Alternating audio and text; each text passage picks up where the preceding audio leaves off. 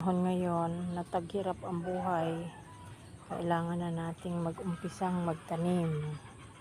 Dahil kapag dumating ang tagutom, meron tayong kakainin. Ayan.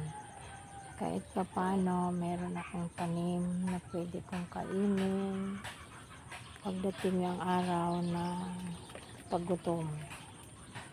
Kailangan nating magkaroon ng mga tanim.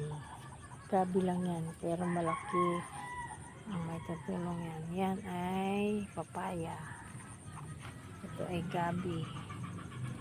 Gabi lahat yan. Papaya, gabi.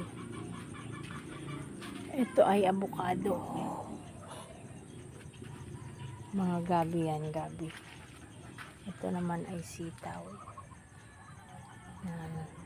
Marami rin akong tinatanim na kung ano-ano. Makakatulong yan sa akin pagdating ng tagutom. Kailangan nating paghandaan ang panahon ng tagutom. Ito yung papaya ko. Malapit na siyang mamunga. Salamat sa inyong panonood. Thank you for watching.